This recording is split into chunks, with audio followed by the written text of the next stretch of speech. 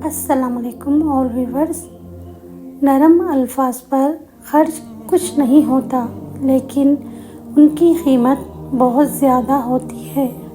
حضرت علی رضی اللہ تعالیٰ عنہ نے فرمایا، جب کبھی تمہیں اپنے رزق میں کمی نظر آنے لگے تو کچھ مال اللہ کو دے کر اللہ کے ساتھ تجارت کر لیا کرو۔ شیخ سعدی رحمۃ اللہ علیہ فرماتے ہیں، جس نے زندگی میں کسی کو تکلیف نہ پہنچائی ہو وہ قبر میں آرام اور راحت سے سوتا ہے۔ وہ تم سے اتنی محبت کرتا ہے کہ دن میں 5 بار اپنی طرف بلاتا ہے۔ اللہ سے محبت کرو۔ جب زمانہ مشکل میں ڈال دیتا ہے تو میرا رب 1000 راستے کھول دیتا ہے۔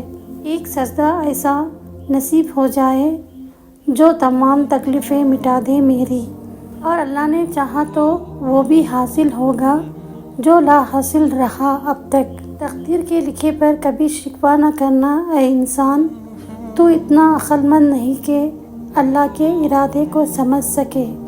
رابطے بتا دیتے ہیں کہ دل میں کتنی قدر ہے، کہنے کو تو سبھی اپنے ہوتے ہیں۔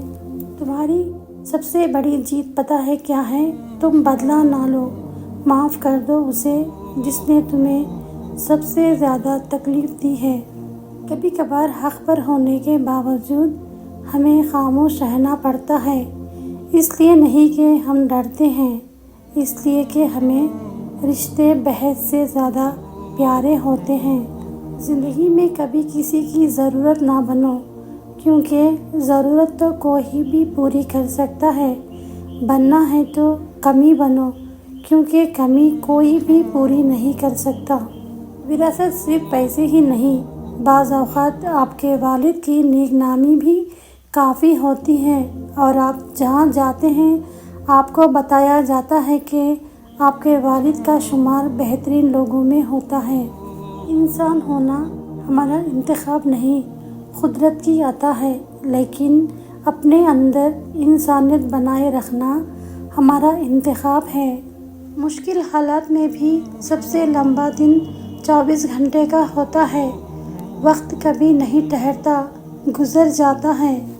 نہ جانے کیسے پرکھتا ہے مجھے میرا خدا، امتحان بھی سخت لیتا ہے اور ہارنے بھی نہیں دیتا۔